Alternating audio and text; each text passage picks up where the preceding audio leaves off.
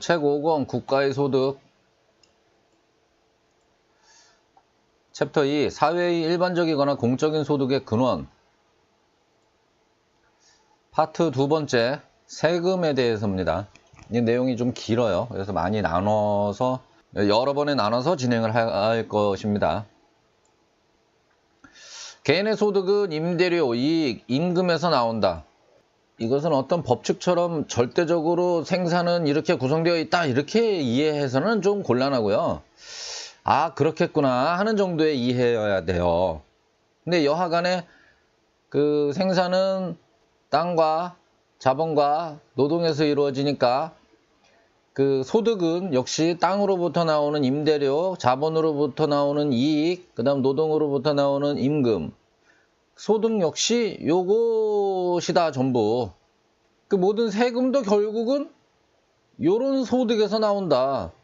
그러니까 앞전에 왕이 쏘거나 국민들로부터 객출하거나라고 했죠. 객출하는 게 세금이고 이 국민들의 세금, 국민들로부터 걷는 세금이라는 게 결국 국민들의 소득에서 나오는 거고 국민들의 소득은 각각 임대료로 얻거나 자본이익으로 얻거나 노동임금으로 얻습니다.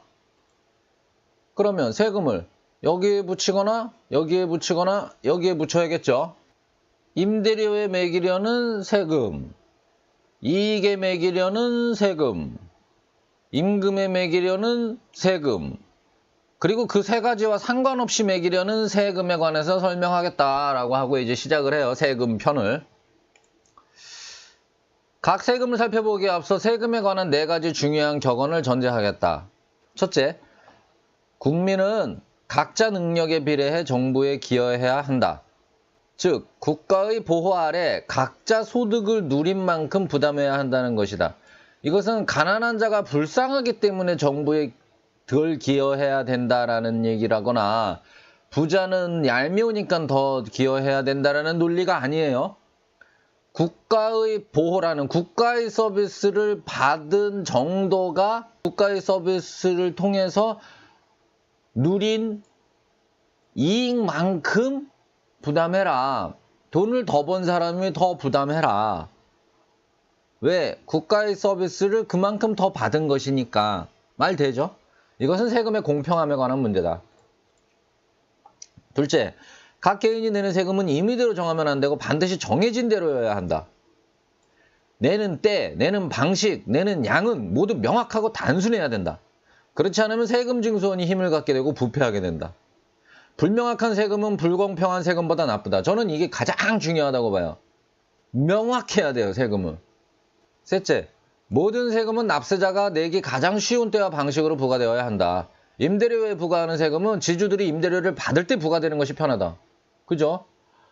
돈 기껏 받아놓고서는 어떻게 이렇게 저렇게 쓸 때 다 썼는데 다 쓸 때쯤 돼서 거들어 다니면 없어요 돈. 힘들어요. 급여 근로자들 같은 경우에는 급여를 받는 시점에 원천징수라는 제도를 통해서 사용자들이 강제로 떼고 강제로 그거를 매달 납부를 하기 때문에 편해요. 별로 세금을 걷는지 안 걷는지도 모르고 그냥 지나간단 말이에요. 특별히 저항도 없죠. 그런데 이거를 연으로 1년으로 몰아서 내면 매달 3만 원씩 내는 것과 1년에 30만 원 내는 거는 매우 다르단 말이에요. 1년에 30만 원 내는 건 힘들어요. 근데 지금 많이 예전에 비하면 엄청나게 좋아진 것이겠지만 지금도 많이 힘든 게 있어요. 가령 기업들이 내는 뭐 법인세는 그렇다 쳐요. 어차피 이익을 낸 가운데 내는 거니까. 근데 부가가치세 같은 경우는 이제 3개월마다 내거든요. 그 3개월마다 내는데 부가가치세 같은 경우 뭐 사업이 돌다 보면 돈이 있다 없다 그러는데 언제나 세금은 돈이 가장 말라있는 시점에 내야 되는 그런 기분을 느낀단 말이에요. 부가가치세 만만치 않거든요. 뭐 영세한 사업자들도 뭐 수천만 원씩 내는 경우 흔하거든요. 이거를 거래가 일어날 때마다 내면은 그냥 내는가 보다 안 내는가 보다 뭐 모르고 그냥 잘 낼 텐데 이걸 세 달에 모아서 내려면은 몇 천만 원은 갑자기 없단 말이에요. 그래서 많은 사업자들이 따로 통장을 두고 거기다가 그 돈을 계속 부가가치세를 적립을 해가면서 3개월마다 오는 큰 충격을 크게 느끼지 않으려고 대비하는 사람들도 있긴 있어요. 근데 그것도 어디까지나 장사가 되는 사람들 입장이지. 장사 안 되는 사람들은 일단은 당장 오늘 돌려막느라고 바빠 죽겠는데 그거 따로 관리하는 통장에 있는 내 돈이 그게 그대로 놓아지겠어요? 쓴단 말이에요. 쓰고 3개월 있다가 그냥 또 펑 터지는 거예요. 그렇게 사람을 나락으로 몰아가는 게 있어요. 자, 세금은 지금은 옛날 같으면 이게 관리가 안 되죠. 어떻게 매번 거래하는 때마다 그거를 세금 징수원이 거들어 다녀요. 불가능한데 지금은 가능합니다. 왜? 아니 어차피 인터넷으로 뱅킹 하기를 그거 걷는 게 뭐가 어려워요. 하나도 어렵지 않아요. 이 사고에 전환이 안 돼 있을 뿐이에요. 왜? 정치인들은 무식하고 사악하기 때문에 이런 거는 생각도 안 하니까요. 우리는 할 수 있는데 내기 쉬운 때와 방식으로 할 수 있는데 안 하고 있어요. 못하는 게 아니에요. 안 하고 있어요. 왜? 관심이 없으니까. 정치꾼들은 아예 관심 없고 공무원들은 시키는 것만 하고 생각하면 안 되는 병들에 걸렸기 때문에. 그래요. 소비세는 소비자들이 물건을 살 때마다 조금씩 부과되는 것이 편하다. 지금도 이렇게 부과되고 있어요. 근데 요걸 대신해서 내는 기업들이 이제 죽어나는 거죠. 이게 바로바로 그냥 국가로 꽂혀 들어가면은 모두가 편하단 말이에요. 그렇게 할 수 있는데 안 하고 있어요. 넷째, 모든 세금은 사람들 주머니에서 나온 것이 가능한 최대로 국고로 들어가게끔 노력해야 한다. 즉, 징수 비용이 최소가 되도록 노력해야 한다. 그 탈세, 어떤 사람이 탈세를 했다고 쳐보세요. 이제 뭐 예를 들어서 모 병원장이 탈세를 했어요. 근데 이거를 탈세 금액이 1억 원이에요. 근데 이 탈세 금액을 밝혀내고 조사하고 징수하는데 사람이 20명이 3달 투입이 돼서 조사를 해야 된다고 쳐보세요. 그럼 20명이 3달 투입이 되려면은 비용이 얼추 뭐 한 2억 원이 들어간다고 쳐보세요. 그럼 국가로서는 이거 해야 돼요, 말아야 돼요?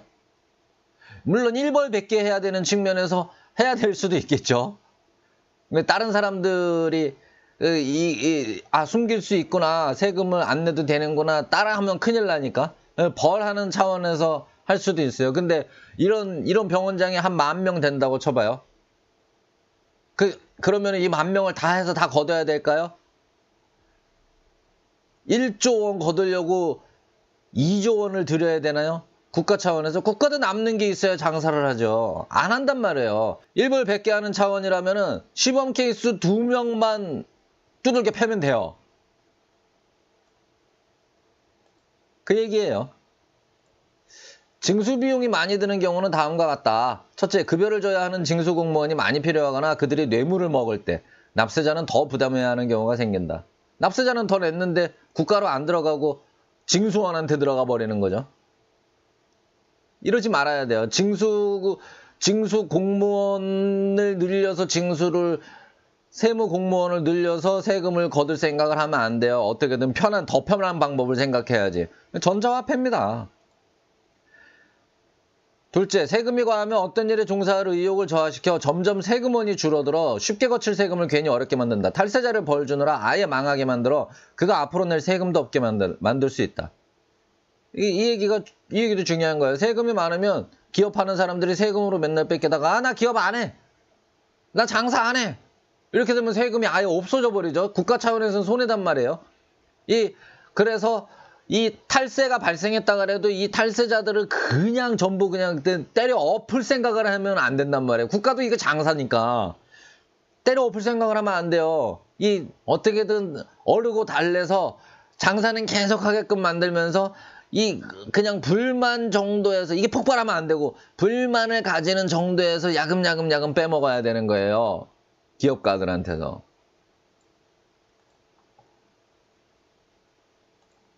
셋째, 부당한 세금은 탈세의 유혹을 키우고 탈세의 벌칙은 그런 유혹만큼 커진다.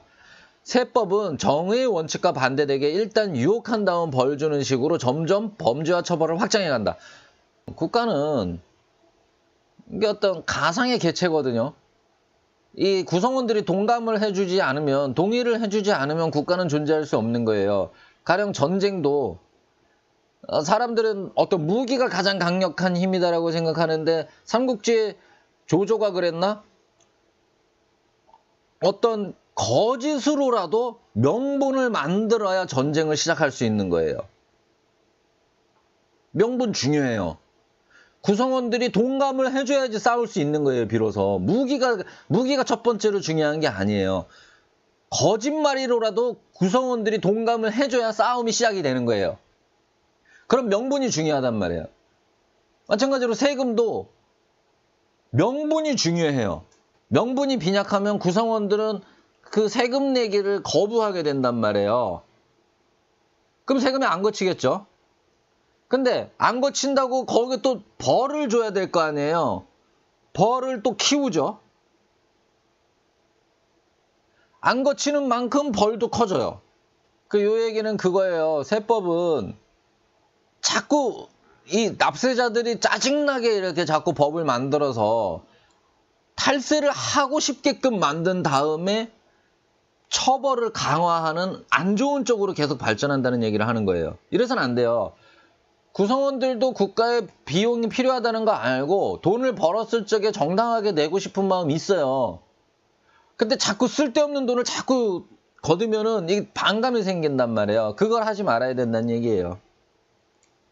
넷째, 세금 징수원이 세무조사를 한답시고 자꾸 방문해서 괜한 문제와 짜증과 억압을 만든다. 이거 재밌는 표현이에요. 짜증이 비용이라 할 수 없을지 몰라도 사람들이 보상받고 싶어 한다는 면에서는 비용과 같다고 할 수 있다. 짜증나게 좀 하지 말란 말이에요. 어차피 돈 내는 거. 이 세무공무원들 짜증나게 하면은 진짜 안 되는 거예요. 부동산 임대소득이 15만 원이에요. 근데 그 세무사, 일반 세무사를 쓰면 15만 원이에요. 세무사를 쓰겠어요? 안 쓰겠어요? 안 쓴단 말이에요. 그래서 직접 이제 시대가 바뀌고 했으니까 이제 홈택스를 들어가요.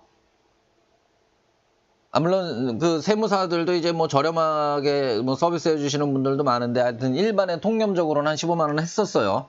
뭐 패키지로 묶어서 뭐 2만 원, 3만 원 해주시는 분들도 있긴 한데 여하간 기본 수입료가 뭐 월 15만 원이 보통이었어요. 근데 이제 홈택스라는 어떤 문명의 이기가 생겼죠. 근데 홈택스는 생겨서 좋은데 이게 세법이 거기에 맞춰서 단순화 간편화 시켜주지 않으면 홈택스가 아무리 있어도 이 항목들을 채워 넣을 수가 없는 거예요. 부동산 임대료 이거 세금 내려고 신고를 하려 그러면은 적으라는 게 너무 많아요. 뭐 상가 면적이 어떻고 저떻고 알 수 없는 온갖 제도들이 이렇게 산재해 있거든요. 그 빈칸을 채워 넣을 수 없는 것들이. 그러면 못 내죠. 내고 싶어도 못 내죠. 짜증이 확 나는 거예요. 진짜 돈을 내려도 낼 수가 없고. 그렇다고 그 세무사를 쓰자니 그 말이 앞뒤가 안 맞고. 근데 더 웃긴 거는 신고 안 하고 있으면 6개월 있다가 국세청에서 날라와요. 돈 내야 되는 값이 이거라고. 왜? 국세청은 지금 자료를 이미 다 갖고 있으니까 전자세금 계산서니 뭐냐 해가지고 이미 자료를 다 갖고 있으니까. 그럴 거면 처음부터 그렇게 청구하면 되지. 이게 뭐냔 말이에요. 할 수 있는데 왜 안 하냐고. 처음부터 국가는 임대소득을 가진 사업자분 님은 부가가치세로 10만 원 요번에 10만 원 이렇게 내시면 됩니다. 만약에 이거에 조정이 있을 경우에는 그 양식에 맞춰서 항목을 채워서 제출해 주세요라고 하는 게 맞지. 왜 일단 사람을 미신고 불성실 신고 가산세를 매겨가지고 6개월 있다 청구를 하는 거를 기본 툴로 갖고 있냐고요. 먼저 청구를 하고서는 더 깎을 수 있는 사람은 알아서 자료를 제출하세요 하면 되지. 기본 발상이 하여튼 잘못돼 있단 말이에요. 이 국가는 서비스 차원에서. 근데 우리나라는 그나마 좀 괜찮은 편이긴 해요. 그 국가 서비스가, 공무 서비스가 괜찮은 편이긴 한데, 그래도 더 잘할 수 있는데 왜 안 하냔 말이에요. 지금까지 제가 말씀드린 거는 이제 같은, 현재 존재하는 모든 같은 조건 하에서 발상의 전환만으로 훨씬 더 모두가 만족할 수 있는, 세무공무원은 세금이 더 잘 거쳐서 좋고, 그 납세자들은 기분 좋게 낼 수 있어서 좋은 요거를 말씀을 드리는 거예요. 근본적으로는 이 공모 서비스는 더 효율적으로 가야 된다라는 얘기를 하고 싶지만 여기는 아직 뭐 그 단계를 논할 단계는 아니니까 일단 자르고 모든 같은 조건 하에서 더 잘할 수 있는데 왜 안 하느냐, 쉽게 더 잘할 수 있는데 왜 안 하느냐 얘기를 짧게 해봤습니다.